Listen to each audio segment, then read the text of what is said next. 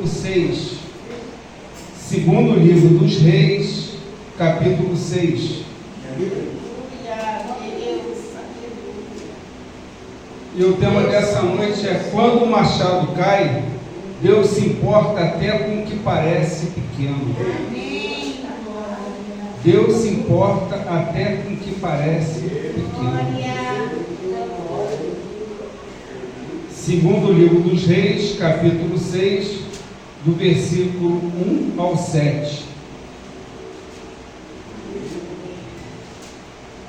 Vou ler devagarzinho para a igreja ir achando, tá? Os discípulos dos profetas disseram a Eliseu: eis que o lugar em que moramos com você é pequeno demais para nós. 2. Vamos até o Jordão, tomemos de lá cada um de nós uma viga e construamos um lugar para morar. Segundo livro dos Reis, capítulo 6, do versículo 1 ao 7. Versículo 2: vamos até o Jordão, tomemos de lá cada um de nós uma viga e construamos um lugar para morar.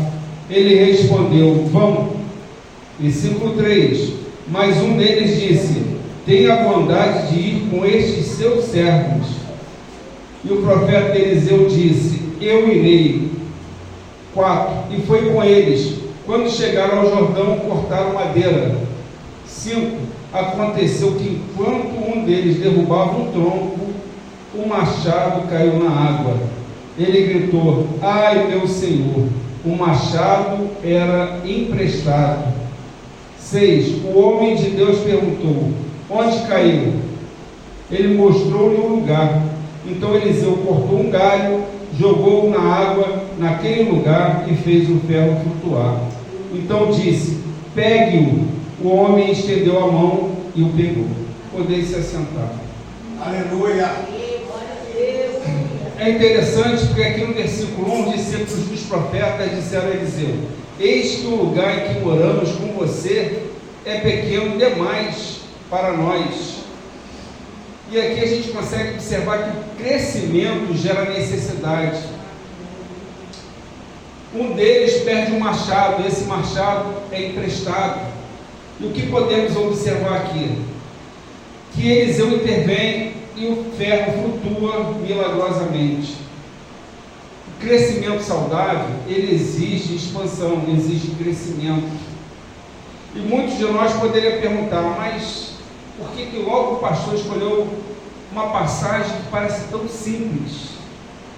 Por que o simples machado, se perder dentro desse rio, parece tão importante para constar na Bíblia? É porque Deus é um Deus de detalhes. Deus é um Deus que ele se preocupa com cada questão sua.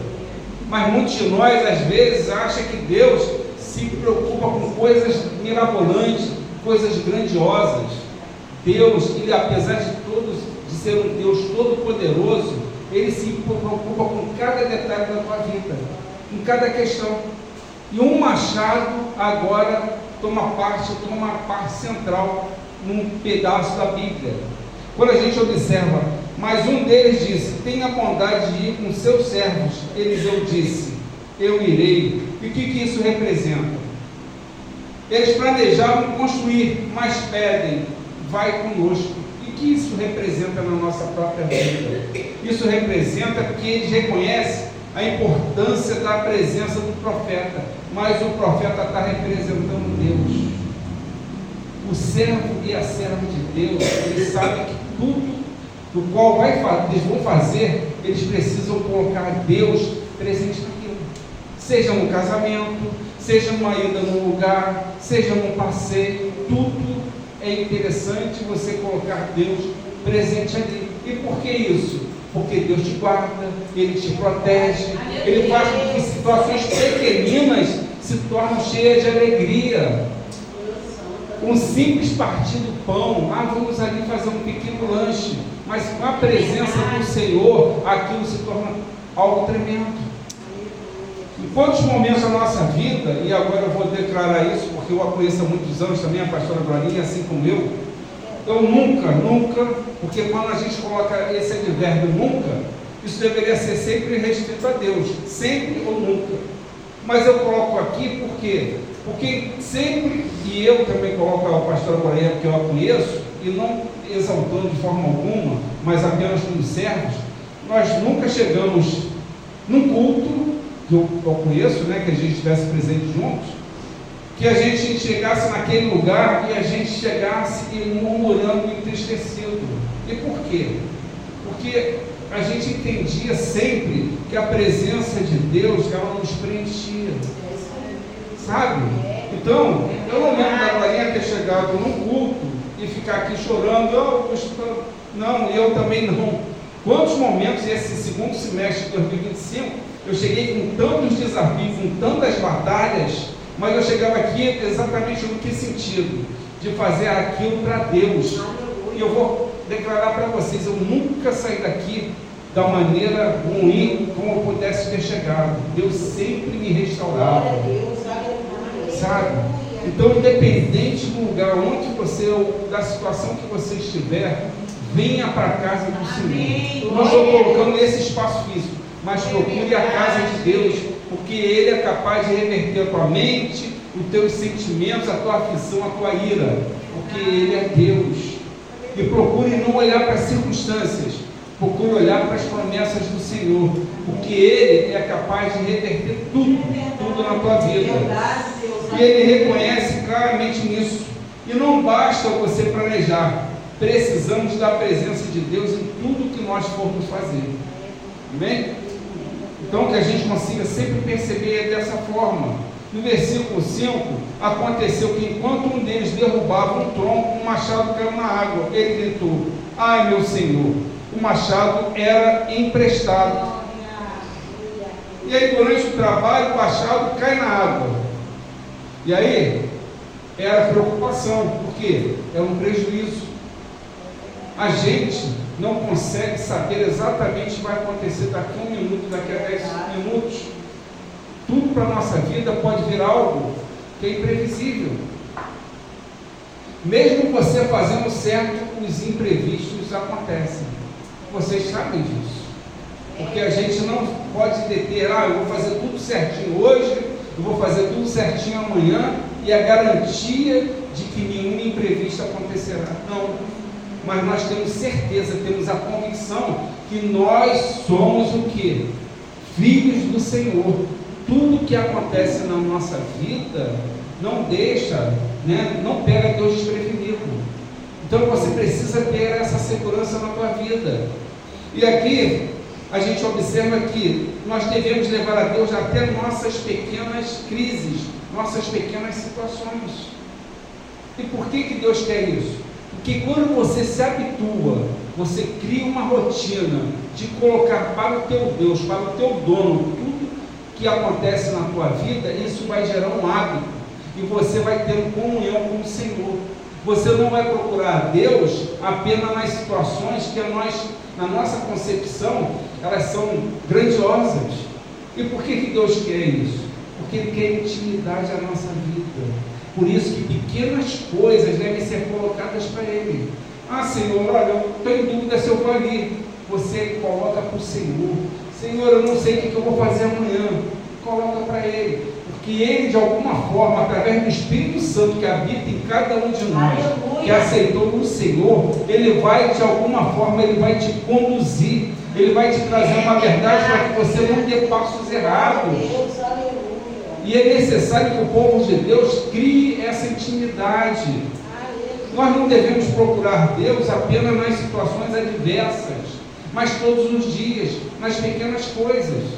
Eu costumo falar muito aqui nos cultos, que às vezes eu pareço meio doido, que às vezes eu começo com Deus em voz alta, até na minha casa, principalmente quando estou sozinho. Eu boto no louvor e começo a conversar com Ele, começo a colocar as coisas com Ele. E quantas vezes a serva de Deus aqui me respondeu coisas que eu vinha conversando com Ele, e aí eu tenho a percepção muito clara de que Ele ouve tudo aquilo que nós falamos. A gente precisa aproveitar esse privilégio que nós temos no Senhor, porque Ele se encontra 24 horas disponível para cada um de nós. Mas muitos às vezes procuram a Deus apenas quando as coisas se tornam muito complexas. Um pequeno machado, Deus fez o quê? Esse machado para evitar. Podia parecer pequeno. Eliseu poderia falar assim, mas é um machado, mas esse machado traria prejuízo, que ele era emprestado. E aí, quem sabe se essa escola de profetas, eles poderiam simplesmente suprir isso. Mas a gente, temos que pensar sempre no seguinte: olha, muitas vezes trabalhamos com dons, talentos e oportunidades que não são nossos, mas que Deus nos empresta. Você sabia que os dons que você possui, e cada um possui, eles são emprestados pelo Senhor para que você frutifique no reino. Vocês imaginam o seguinte: eu me nego a fazer a obra de Deus dentro daquilo que eu fui chamado. A Glorinha, ela se nega a fazer aquilo que ela foi chamada. Então, se você não sabe o que você tem como chamado, mas você sabe exercer o bem, você pratica o amor, você pratica a alegria, você compartilha com aqueles que padecem de alguma coisa. O simples fato de você ouvir quem está precisando, você está fazendo a obra de Deus. Então não se negue a fazer o bem, porque quando você nega-se a fazer o bem, você está pecando. Vocês sabiam disso? E muitas vezes conhecem isso, mas você não pode se negar a fazer o bem. Se aquilo chegou ao teu conhecimento, é porque Deus está contando contigo para que você seja bênção na vida do teu próximo. Não podemos nos negar a fazer o bem, porque para isso nós fomos chamados. Por isso que exatamente a árvore, ela tem que gerar o fruto. E quando ela se nega a gerar o fruto, ela não está praticando ao qual ela foi concebida. E nós precisamos refletir sobre isso. E como estamos cuidando daquilo que Deus nos confiou? Será que simplesmente a gente fica ausente das situações? Ou como algumas situações eu ouvi outro dia e me entristeceu, uma pessoa de uma igreja comentou comigo assim: eu procuro não me envolver com nada. E a gente às vezes tem a expectativa de que Deus se preocupe com a nossa vida em tudo. Se você não se preocupa com nada, você não se preocupa com o teu irmão, se você não pode estender a tua mão diante de uma situação difícil, como você quer que Deus possa vir a fazer tudo na tua vida? É uma situação de egoísmo. Não, eu olho para o meu umbigo, mas eu não quero fazer nada em prol do reino de Deus. E Deus não quer exatamente sobre isso. Então, quando a gente observa esses detalhes, acaba nos chamando a atenção. E aqui, quando ele coloca, ai meu Senhor, ele reconhece a perda, e a perda é o primeiro passo para a restauração. Quando nós nos achamos exatamente que estamos no fundo do poço, ou não estamos bem, é aí que o nosso reconhecimento que nós precisamos ser preenchidos por Deus, ser cheios de Deus na nossa própria vida. E o versículo 6, o homem de Deus perguntou: onde caiu? Ele mostrou o lugar. Então Eliseu cortou um galho, jogou na água naquele lugar e fez o ferro flutuar. E Deus, ele pode simplesmente restaurar o que foi perdido. Se você tem convicção no teu coração de algo que se foi, mas aquilo ainda nutre o teu coração, te traz paz, tenha convicção que Deus pode trazer. Mas não peça a Deus para trazer algo que Ele simplesmente afastou de você, que não era bênção. E aí, o discernimento é importante do homem e da mulher de Deus. Se Deus afastou, pode ter sido algo que não era bom para a tua vida. Mas se algo se afastou e foi um meio, de alguma forma, que o inimigo tentou tirar, você crê, porque se trouxe paz, se trouxe alegria, Deus tem todo o poder para restaurar. Desde um filho que se foi, que quase não se fala, uma filha que já partiu, já não está muito próximo, Deus tem todo o poder para restaurar relacionamentos. Precisamos acreditar nisso. Mas você também precisa ser bênção. Você precisa clamar, você precisa orar. A tua vida tem que estar centrada no Senhor. Porque muitos querem as coisas de Deus, mas poucos querem compromisso com Ele. Às vezes temos preguiça de orar, mas terceirizamos. Queremos que A, que B, que C olhe por nós. Mas a gente não tem o mínimo tempo para ficar, nem que fosse 10 minutos de joelhos, falando com o Senhor. E eu costumo falar muito sobre isso. Algo que deu certo comigo, a gente compartilha com os irmãos. Eu não espero chegar ao final da noite para conversar com o Senhor. Eu já acordo, já vou conversando com Ele. Enquanto eu estou me levantando, eu vou conversando. Que isso vai gerando intimidade. E essa intimidade vai sinalizando os caminhos que Deus quer na tua própria vida. Porque você vai sentindo segurança quando você caminha para a direita. Se você sente uma dúvida para a esquerda, você sabe que o Senhor não está sinalizando aquilo para você. E aí mas como a gente vai conseguindo isso? Exatamente exercendo isso, essa intimidade necessária. Mas essa atividade necessária, porque coisas mirabolantes não vão acontecer na tua vida todos os dias. As pequenas coisas, sim. E essas pequenas coisas é que Deus quer participar. Não que as grandes não sejam, mas as pequenas Ele precisa e Ele quer. Entende que Deus quer? Mesmo diante de toda a grandiosidade, diante de toda a maravilha, de todo o poder que Ele tem, Ele se importa com cada um de nós. E com as pequenas coisas que acontecem na nossa vida. E precisamos gerar essa intimidade com Ele. O Espírito Santo é quem devolve o poder, a paixão e a eficácia na tua vida. Quando você sabe exatamente que Deus está na tua vida, Ele vai te direcionando em tudo. E aí você tem a convicção necessária daquilo que você precisa fazer. Por isso, em muitos momentos, eu vejo que algumas pessoas falam assim: eu não sei, eu oro, mas eu não sei. Mas é porque a gente às vezes ora ao Senhor no momento de aflição. Precisamos ter essa intimidade. Por isso que as pequenas coisas, os pequenos machados que caem no rio, isso é que vai gerando intimidade na tua vida. Você não pode procurar Deus apenas quando as coisas estiverem negras, ou simplesmente nessas situações. Busque, crie uma rotina, coloque para Deus as pequenas coisas, tudo que você tiver. O que eu vou comprar, eu devo comprar, não devo comprar, enfim, tudo, as pequenas coisas, porque o Senhor vai se agradar e Ele vai te sinalizar em tudo. O versículo 7, então disse: pegue. O homem estendeu a mão e o pegou. E o profeta manda: levanta-te. Deus faz um milagre, mas nós temos que estender a mão e pegar de volta. Entende isso? Deus, Ele faz aquilo que você não pode fazer. Nós temos um limiar dentro do que é possível e um limiar dentro daquilo que extrapola, que é o impossível na nossa vida. E é nessa parte que Deus age.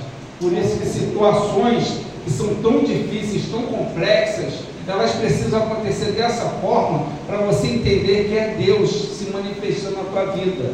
Porque tudo aquilo que você consegue meter a tua mão e resolver, você acaba não dando crédito a Deus.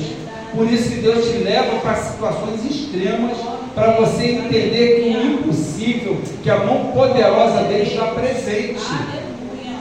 Amém? E a gente precisa entender dessa forma. A gente tem um exemplo muito clássico disso exatamente no período que Lázaro está morto. Já viu o quê?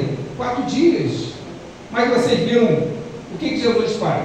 Tirar a pedra, remover a pedra, enfim, Lázaro desatai as ataduras, Lázaro levanta, Lázaro sai. Mas a única coisa que o nosso Senhor fez foi o quê? Tirar vida. Era aquilo que ninguém poderia fazer. Mas o que era, possível para os homens, Ele deu a ordem e cada um foi fazendo. E assim somos nós. Se esforce, faça o que é possível. Quero passar em tal lugar, estude. Quero ser promovido, trabalhe com afinco, trabalhe com excelência. Quando você faz as coisas com excelência, você glorifica o nome de Deus. Porque você é uma serva, um servo de Deus. Não faça as coisas de qualquer jeito, porque você, através do teu testemunho de vida, você glorifica o nome do Senhor através da tua própria vida. Desde numa casa, uma casa com palavras que não edifiquem. Não deixe que o inimigo entre na tua casa. Que palavras negativas elas façam parte do teu dia a dia. Que haja palavras exatamente de exaltação, de glorificação do nome de Deus. A tua boca, os teus lábios, que saiam palavras de edificação sempre. Não deixe situações que enchem a tua vida, venham exatamente trazer de uma maneira negativa. Eu sei de um programa que tem num desses canais, que tem um momento que é um jogo que você tem que falar mal do outro, e alguns servos de Deus eles acham aquilo interessante, e Deus nos livre disso, porque aquilo acaba fazendo com que se torne hábito. Vocês já observaram que algumas situações que você simplesmente recrimina, ela pode te chocar no primeiro momento, mas quando você se acostuma a vivenciar isso, aquilo se torna um hábito, e a psicologia afirma isso. Precisamos criar hábitos. Por isso que a gente fala que antes de você criticar alguém, você fala assim: Senhor, me policia. Eu vou falar uma coisa para vocês, confidenciar uma coisa para vocês. Quando eu era adolescente, eu era super crítico. Como eu gostava de ver defeito nas pessoas. E aí, quando houve minha conversão, foi uma das primeiras coisas que Deus foi me tratando. Sabe por quê? Porque a gente acaba escolhendo e criando hábitos. A gente está dentro da igreja, a gente não adultera, a gente não mata ninguém, a gente não rouba ninguém, e aí nós criamos verdadeiros, estabelecemos ações as quais nós consideramos aquelas que não agradam a Deus, mas os teus lábios, às vezes você fala mal de A, fala mal de B, fala mal de C, mas por quê? Porque aquilo já se tornou algo contínuo na tua vida, já se tornou um hábito. Então, procure encontrar qualidade naquelas pessoas que estão à tua volta. Ao invés de você criticar, encontre qualidades, porque isso agrada a Deus. Deixa que Deus julgue cada um de nós, mas você guarde a sua boca, guarde os seus lábios, para que você venha a ser abençoado em tudo aquilo que Deus quer sobre a tua vida. E o machado, ele simplesmente emprestado, ele nos lembra que tudo vem de Deus. O acidente nos lembra que podemos perder o fio, mas o clamor nos lembra que precisamos reconhecer nossa fraqueza. Ninguém aqui está acima do bem e do mal. Todos nós, pastores, todos nós, somos servos que carecemos da misericórdia de Deus em todos os momentos da nossa vida. Somos fracos, mas somos fortes no Senhor, porque a alegria do Senhor é a nossa força. Amém? Eu não estou falando palavras que venham agradar, eu estou usando apenas palavras tiradas da Bíblia. E aqui a intervenção nos lembra que Deus ele restaura, a recuperação nos lembra que temos responsabilidade de agir. O que tiver ao teu alcance de fazer, você faça. Se você tem algo de ruim com alguém, falou uma palavra que não foi boa, peça perdão, me perdoa, naquele dia eu não estava bem, eu falei palavras erradas, e deixe o sobrenatural de Deus agir. Mas você precisa fazer a sua parte, para que Deus venha fazer o sobrenatural. Aquilo que te tem como responsabilidade, não podemos nos eximir disso. Precisamos o tempo todo estar presente naquilo que Deus quer. Se o seu machado caiu, Deus pode fazê-lo flutuar novamente, mas cabe a você estender a mão e retomá-lo. Faça a tua parte. Se tiver que pedir perdão, peça. Se tiver que trabalhar melhor, peça e trabalhe. Se tiver que fazer algo que glorifique a Deus, faça. É melhor você se humilhar para os homens, mas ser engrandecido por Deus, do que você simplesmente ficar fazendo coisas que não agradam ao Senhor. E aí, concluindo, Deus faz um milagre, mas nós temos que estender a mão e pegar de volta. Precisamos restaurar hábitos espirituais, retomar ministérios, enfim, reconciliar relacionamentos. O machado emprestado nos lembra que tudo vem de Deus. O acidente nos lembra que podemos perder o fio. E a gente, acima de tudo, se o seu machado caiu, você pode desfazer tudo na presença do Senhor. Nós somos fracos, necessitamos todos os dias da presença de Deus. Porque cada um de nós aqui, se ficarmos ausentes da presença do Senhor, seremos a pior pessoa possível. Mas se nós nos aproximarmos dele, a Maria será a melhor Maria possível na presença do Senhor. A Cláudia será a melhor Cláudia possível na presença do Senhor. E assim somos todos nós. Por isso nós necessitamos estar na presença do Senhor.